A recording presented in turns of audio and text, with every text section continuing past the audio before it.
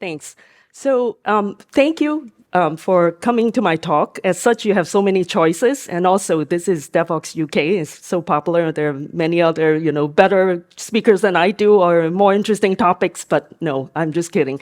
I'm sure that event streaming it is an interesting kind of like a up and rising type of topic, and also can be confusing too. So just to see you all join me, really thank you very much. So today I'm just going to talk about, as such, this is like tools in action. So I'm supposed to be demoing, but I have to admit that because I was traveling a little too much, so I actually kind of a little slow in getting my stuff up. But the thing is, though, I will be sharing with you GitHub repo where you can get to the places where you can try things out too. So, okay, so I'm going to be talking about streaming data pipeline, building data pipeline, and then specifically too building it with Apache Pulsar and Apache Cassandra. And also a bit of a focus to talking about Pulsar Functions too. And so may I ask you how many of you are already working maybe with Pulsar by any chance? Okay, no worries. How many of you are working with Apache Kafka on some variations? Okay, yeah, I figure that's what I'm figuring too. So Pulsar is new. And so as such too, let me also give a bit of a background too. So just bear with me, this talk will be a bit more on the talk side than it is with the demo. Okay, so just now too, I already shared this QR code and bit.ly if you're interested in having a copy of it while I'm talking. And yeah, so let's see. Okay, great. Okay, so before I start, so this is just a quick introduction of me. So I'm a developer advocate at DataStax. And how many of you are familiar with DataStax or Apache Cassandra? Maybe, yeah, I think quite a few of you. So it's okay, for those of you who are not familiar, it's a NoSQL database, and it's in fact quite popular too among like big data enterprises too. And Apple Computer, for example, uses us extensively for the Apache Cassandra, and it's also started by our founder, Jonathan Ellis, is the Apache Cassandra project. So we are heavily involved with the Apache project as well. Maybe like 80% committers are actually from our company. So that's the main thing. And then about 2 years ago, the company decided to also do event streaming. So they have adopted Apache Pulsar. So I joined Pulsar or joined DataStax about little over a year ago, so relatively new. But before that, I was with IBM. I was a Java developer advocate too. So I do travel around to different places and do presentations. That's kind of my job. Okay, so that's that. So I've been mostly then involved with Java, open source, and then also my previous background, I was an engineer myself for over 20 years too. So primarily, again, open source Java, that space. And I'm based in Chicago. I also run the Chicago Java Users Group, and I'm also a Java champion too. So that's a bit about me. And if you want to stay connected with me, actually, I'll have the links up to your Twitter, LinkedIn, or my Discord server too. So all these things in here. So, okay, so let's kind of really quickly talk about the agenda, because actually I realized that after I sent the proposal, I realized, well, the title is quite loaded, right? So I'm just going to talk about streaming, going to talk about data pipeline, and then Apache Pulsar, Apache Cassandra, and they accepted me, and this is only a 30-minute session. So there's no way I can be talking about every single thing. But again, I just wanted to share with you, and this actually is also available too. There's a GitHub repo that actually we are kind of undergoing some changes too on that GitHub repo. Nonetheless, you can still reference that, and it will be a live repo, so you can go there and look at the code and all of these things too. So essentially, we're building data pipeline and using Apache Pulsar.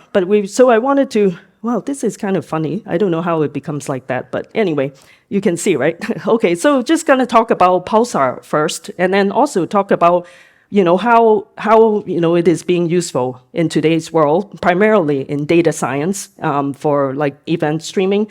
And then also I'll introduce to you Pulsar Functions and also a bit of Apache Cassandra.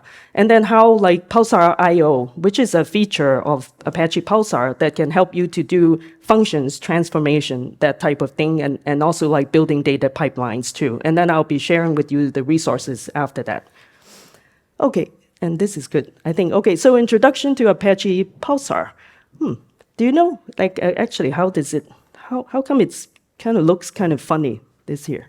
Okay. Oh, there we go. Maybe I have to wiggle back and forth, and then it gets correct. Okay, Pulsar. So first of all, if you're familiar with Kafka, you're aware then of what event streaming is. So basically, we're kind of equating to event streaming with message streaming. So the idea of event streaming is that, there's data, you're supporting a whole bunch of events that are happening, a series of these events that are happening, and they become kind of data stream, right? So the idea too is that you want to allow the event to be with the system, with the application, because if you think about it, right, how we are trained, our mind to do programming is mostly like doing synchronous style programming. But for event streaming, it's really catered for you to do things in real time. There's actually no time wasted in between. That's the idea. It's very asynchronous, decoupled type of components. So that's kind of streaming. And also kind of very often we talk about streaming too with messaging as well. So essentially too, there are also like different semantics, right? Now, bear with me. This is kind of a little bit of a quick kind of, I jumble up a lot of different terms together, but I want to highlight, right, event computing. So one of the ways to do messaging, as we know, right, event-driven type of messaging is that you have producer and receiver, or producer, consumer, or publisher, subscriber. So publisher will publish the messages, and then it's up to those who are interested in the messages to subscribe to the topic, or some kind of routing indicator, but we call them topics, right, in Pulsar and also in Kafka, topics. So you subscribe to the messages, and publishers will need to publish the data to the topics, and then the receiver will have to subscribe, actually I should say publish to the topics, and then subscribers subscribe to the topics to consume these messages. And the idea is that it allows you to make decision in real time. And that's actually the very kind of goal of doing event streaming.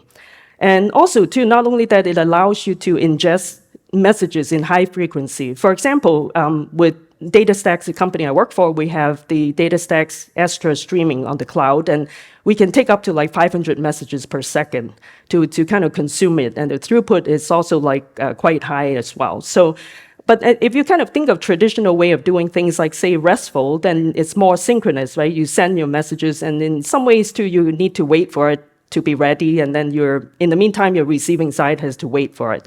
But for event streaming, it's more like, you just go on with life doing things, and then when it comes, the messages will come to you. So it's a lot faster like that. And it also allows you to ingest messages in high frequency, and also with very low latency, kind of turn around and let you consume it in real time like that. So that's the idea, quick thing.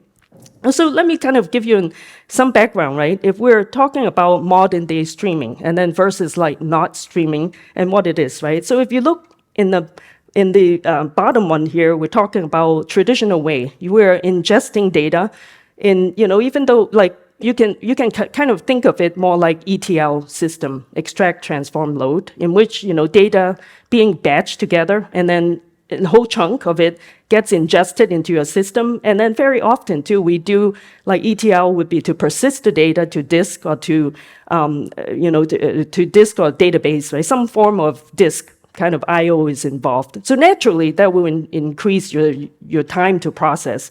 So as your data flow through, this kind of pseudo pipeline, it's basically you get into the database or data storage, and then you have to do more selection, and then so on and so forth. You process the data, and then you write it back to disk. So naturally, it's slower. So if you kind of look at the modern day streaming that all these companies are now proposing, Kafka, all of the message queue, is that it allows you to ingest data in bulk, and also too, you don't need to write to disk. Everything can be processed as it comes in memory.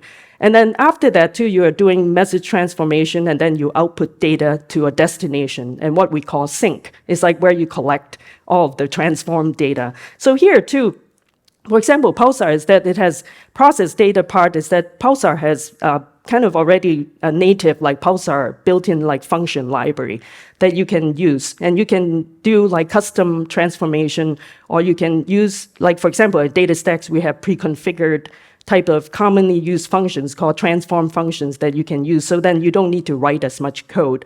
And then in that case, in a cloud environment, then you let the cloud infrastructure handles all of these, growing and shrinking, like kind of serverless type of applications. So that's the idea. So that's why we want to go with modern day streaming, and that's the way to go. Okay. And just for a real quick introduction then to Pulsar. So Pulsar is an Apache project, and it was started off by Yahoo. Yahoo actually back in 2013, no, 2000 is it 13? Yeah, about 2013, they were using Kafka and realizing that Kafka doesn't, at the time, right, there wasn't any Confluent or any other company that would kind of, have more managed cloud type of situation. So you have to manage your cloud, and Yahoo was finding that Kafka is actually hard to work with because a lot of manual steps. For example, on the consumer side, you need to do consumer groups.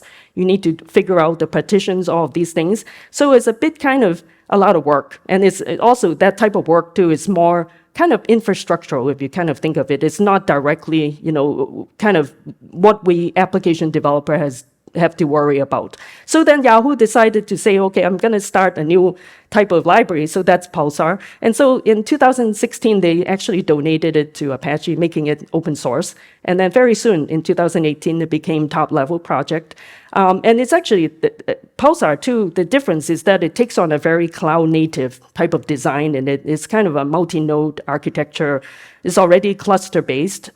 Also, too, it supports like multi-tenancy as well. So multi-tenancy is a way of you already natively organizing all of the messages by tenants. So think of them kind of individual namespace. And then on the namespace, you can also have different topics and other kind of sub-namespace. So it makes it very convenient too. And so as developers, it's kind of a very desirable feature. So this multi-tenancy.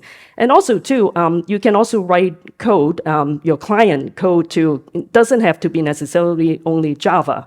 Yes, the broker, Pulsar Broker is written in Java. It's a serverless Java JVM process. But in order to connect to it, you're a producer or consumer, you can do it in Java or C# too, Python and Go. And other community contributors also have, for example, like Haskell, Scala, C++, all of these other languages too. And also too, one thing about Pulsar is that it's kind of efficient in the sense that it separates out the compute and the storage. So compute part is when you are processing all of the messages that comes in, you need to be, figuring out message delivery, dealing with message retries or deduplication, all of these things. So Pulsar focus on doing that. And in the meantime, it also functions as a distributed logging kind of persistent store. So in order not to be too bogged down by the laundry list of all of these messages, Pulsar decided, or actually, Yahoo decided to let's use Apache Bookkeeper. So that's another project that's kind of very efficiently like manage all of these log messages. So it uses Bookkeeper to manage all of these persistent logs too. So with this kind of design, as you can see, and also having Zookeeper there to manage the overview of the whole metadata cluster, and it makes it the whole kind of ecosystem kind of independently scalable. So then if you need to increase your number of nodes, servers in your infrastructure, they can all be expanding or shrinking independently without stepping on each other's toes, essentially. So, okay, so that's the cloud native design. And then also too with Pulsar too, in terms of message delivery, it's also like guarantee. It's already built in, something that you don't need to worry so much about as developers because the infrastructure, the Pulsar framework already take care of it for you. So it's got the quality of service. You can kind of specify, do you want messages to be delivered at only once or maybe at least once and that type of stuff. So it also guarantees it too. And another thing I mentioned just now too is about the serverless functions framework, and that's basically the Pulsar function framework. So as such, it's inspired by what you call AWS Lambdas, like Google Functions. So essentially, you're building data pipeline. You ingest all of the data. You need to do some sort of transformation. And again, there are some like at DataStax, we provide you with some pre-configured transform functions. You can use like cast or filter, all of these things. But if you have custom functions, you can also write that and deploy it yourself. So that's the serverless functions framework.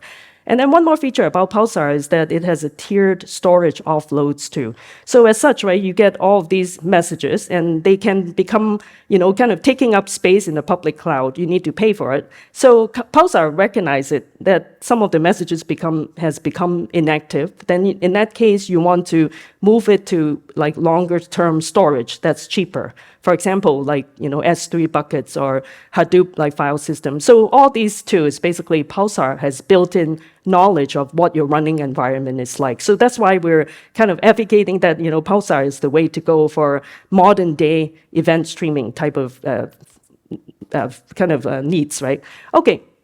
And here, this is just a very, very quick kind of summary. Again, I won't go into all the details. It's distributed architecture by nature, multi-tenancy, and also another feature is called geo-replication too. So also too with geo-replication from developer side, you don't need to worry so much about doing all of your, let's say you have data centers, right? It can be like in a region, different regions. You need to like replicate them among different regions or different global locations.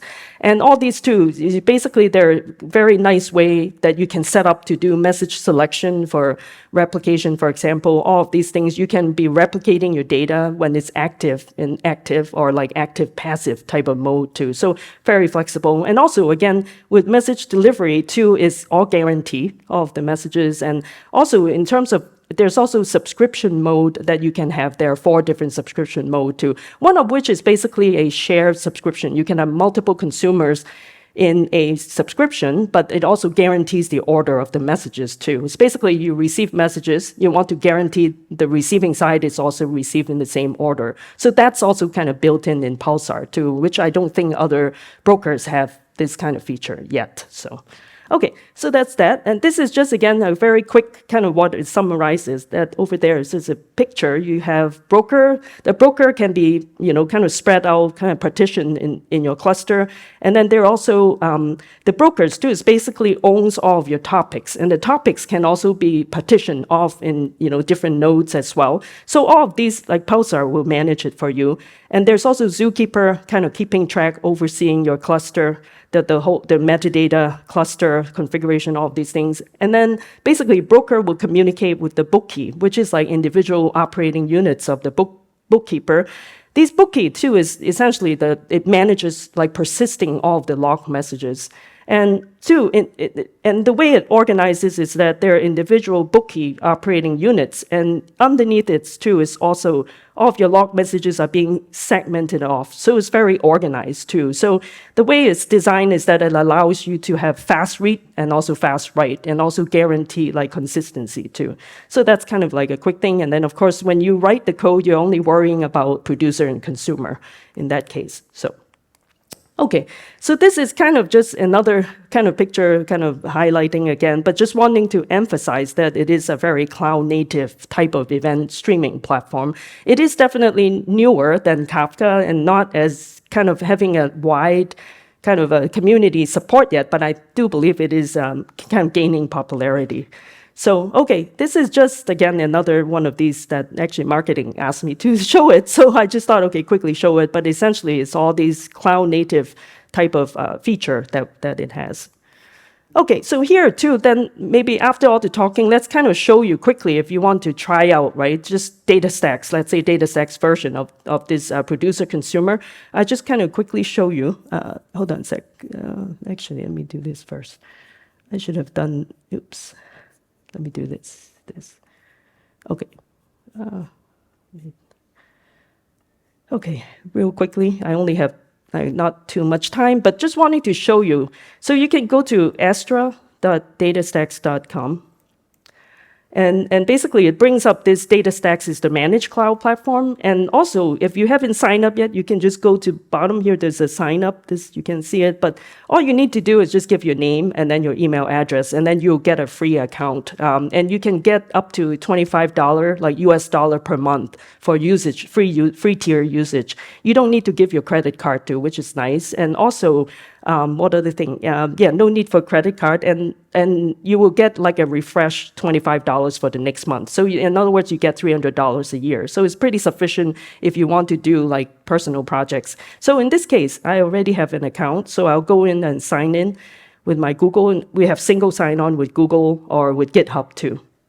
So as you come into here, so this is the console, and the nice thing too over here too, if you want to play around with Cassandra, which this talk is also supposed to be talking about Cassandra, you want to play with Cassandra, you can also use our managed cloud, and this is all within the $25 you can play with, right? So over here, as you can see, let's say over here, let me go to another one. It's a little bit less crowded. I have many projects. So over here, let's say you can create different organizations. And then over there, you go to database. And then over here, too, if you need, in this case, too, I happen to have a database that's hibernating. I just created it 2 weeks ago. But you can actually, if you need a database, you can just quickly say my database name. Key space is like the namespace for it. And then pick. We basically support GCP, AWS, and Azure too. So one of three. You won't be charged for all of these, which is nice. And then pick a region. Let's say like Google Cloud. Here is Europe West. And then click. And then you create the database. And then your Cassandra database is up, basically in a minute, as fast as that. But I won't create one now because I already have one. But that's Cassandra. So if you go to streaming.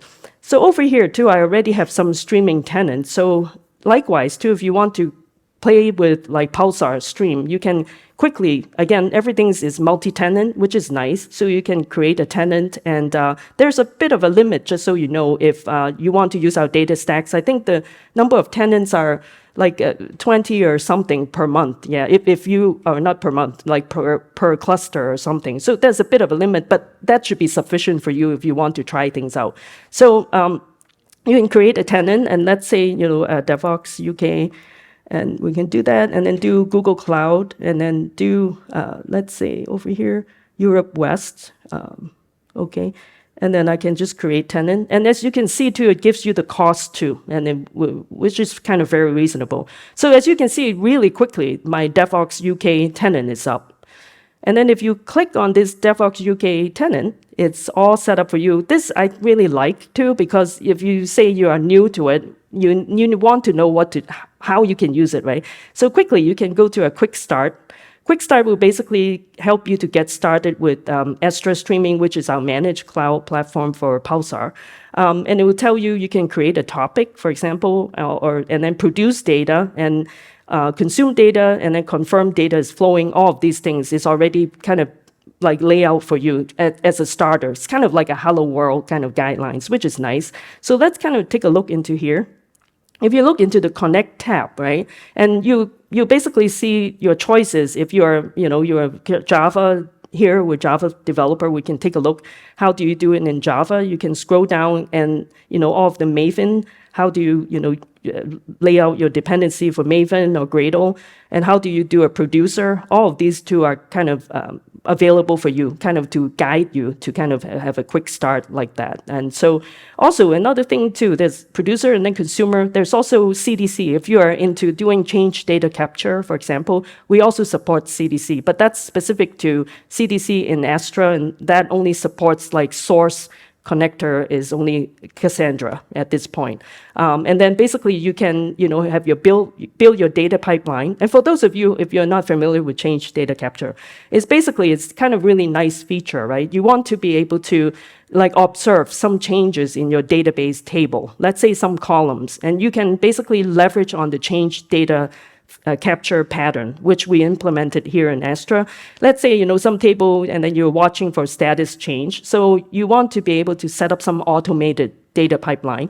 So once there's some changes that happens, is basically with our Astra implementation, we'll say, okay, this table status change, then I will basically kick off and send a message over to Pulsar. So that's Pulsar. Then we have a topic destination. So you send the changes to the topic. And then you can then also specify you want to transform the messages too. For example, some changes happen, and then maybe you want to do a lookup, right? Let's say in Cassandra, look up your table or something. Then take the message and decipher your message in your function, and then do whatever you need inside that function. And usually, too, Pulsar function or this kind of concept, right, is for a very lightweight type of operation. You don't want to do it like too heavy. The idea is lightweight, and you can quickly write it up, and then also then build it, and then be able to deploy it to, to your cluster, and then it will take care of operations in the cluster, and that's the idea. And then, let's say you kind of transform your data, and then you want to output your results of your transformed data to another pipeline destination, let's say Elasticsearch. That's also supported. So that's kind of the idea of CDC, and that's what it is. So just thought I'd kind of quickly mention it as kind of an example of a pipeline usage. Okay, so that's CDC's consumer if you want to take a look at it. And then there's also reader interface too. So the reader is nice because, okay, here it is with Pulsar, it's nice. You actually don't have to deal with like offsets, I think that Kafka has, right? So all these things are like not existing in Pulsar. So how do you get to all of your log messages, right? So basically you can use what is called a reader interface. So you can basically have a reader and go through reading all of your messages. And all of the messages in Pulsar are labeled by message ID. So you can basically kind of go through this and make, let's say this is a reader interface. You can set up your reader with your client handle, and then you can kind of connect to the topic. And then from the topic, you can tell it which message ID you are interested in getting the messages from, right? And like this. And then once you have it, then that's it. And then you can do a reader and read all of your messages from that ID as well. So that's just kind of gives you kind of an example of Pulsar in this case. So okay, so this is in Java, but if you're a Python developer, we have example in Python as well as Go, and also Node.js, and also WebSocket as well. So if you're interested in that, there's also JMS, for example, Spring Boot and Spring Reactive. And just FYI too, if you're a Spring person, there's also now a new Spring client or a Pulsar client to work with Spring Boot as well. So that's pretty new. So just so you know too. So all these are kind of becoming available. You can kind of reference in here. We'll guide you as to how you can use it too. Okay, and also another thing too is that I also actually have another talk about Pulsar and Kafka. So basically, we want to be friends with Kafka rather than saying that we fight with each other. Kafka has its space, right? It's a really good distributed messaging system too. But the thing is that it wasn't designed, for so much with the cloud. So you might want to kind of make use of Pulsar as your as kind of like more like a unifying all of your messaging. And you can actually certainly use Pulsar to be the one. And then you have some older installation of Kafka or over here to even RabbitMQ or JMS. And basically, we also have like free tier, like API layer called Starlight. So there's also Starlight for Kafka that you can use that will connect your Pulsar with your Kafka kind of natively too. So that Starlight API is native, talking natively to Kafka. We also have Starlight for JMS. So if you have older installation of Java messaging, then you can also use our Starlight API to do that. Or if you are also users of RabbitMQ, we also have Starlight for RabbitMQ. So those are like the three kind of more legacy connector kind of working with these older messaging systems. So this, I guess I only have two more minutes. I can't believe. So I won't have as much time to go into all of these other things right now. But this is again just giving you an idea, and I want to invite you to sign up for astra.datastacks.com to get this free usage. And we don't spam you with any messages. Occasionally you might hear something, but really it's really nice, So I encourage you to try new things and give it a try, and also connect with us too. So that's the idea. So let me go back because I don't have as much time. So I'll go back to here. And like I said, I didn't have time to actually run it right now, but you get the idea. But just wanted to really quick, right? I talk about data science too. I won't go into all the details in here. Then Pulsar Functions, I quickly kind of show that to you. Actually, really quickly. Okay, I won't do it because I think it's almost like time now.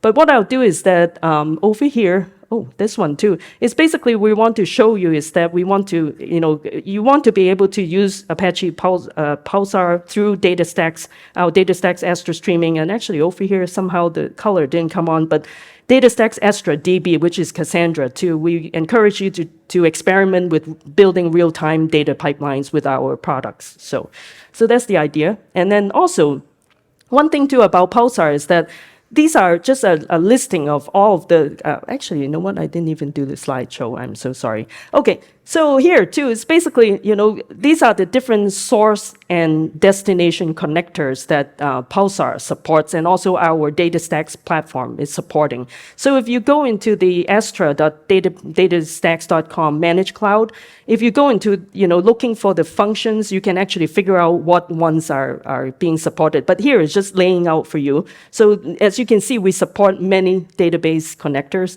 and also different language clients, and even like monitoring services, software as a service kind of thing, and messaging too. So just to kind of give you an idea. So it's very flexible, and it's growing too. So, all right, so I think I'm up to time. So just want to quickly share with you on this slide deck, I have all of the different links to the open source Pulsar, Bookkeeper, and Zookeeper. The website, plus also DataStax. We have Astra DB, Astra Streaming, which is our managed cloud. But if you want to deploy onto your private cloud, you can also consider using Luna Streaming, in which we actually offer you also enterprise support too for Luna Streaming. Oh, okay. And then there's also another link for CDC if you're interested, in that too. So. And then here too, if you're a small business or you want additional credits too, we also offer that. If you're running your business, you want to use our software, we'll support you as well. So please contact us for that if you are interested in that. And then also, we also have an awesome Astra. This is the link to it. It's just some self-guided like tutorials. If you want to try things out, is in here. And also, we have 5 minutes about Pulsar on YouTube as well. And so these are just bite-sized if you want to get some quick kind of like knowledge about what is a topic, what is a broker, that type of stuff. We have those. And also subscribe to our DataStax Dev's YouTube channel. We have some workshops. Actually, we're rebooting that program, so we should be expecting a bit more of a newer workshop. But otherwise, right now, the workshops are mostly in Cassandra's side. Yes, just so you know. Okay, and then I also have a Twitch stream if you want to follow me on that. And thank you very much. So if you'd like to stay in touch with me, this is my LinkedIn, Twitter, and Discord. So thank you very much, and I hope it's been helpful. Please stay in touch, and I would love to hear your feedback and your stories too. So thanks a lot. So, yeah.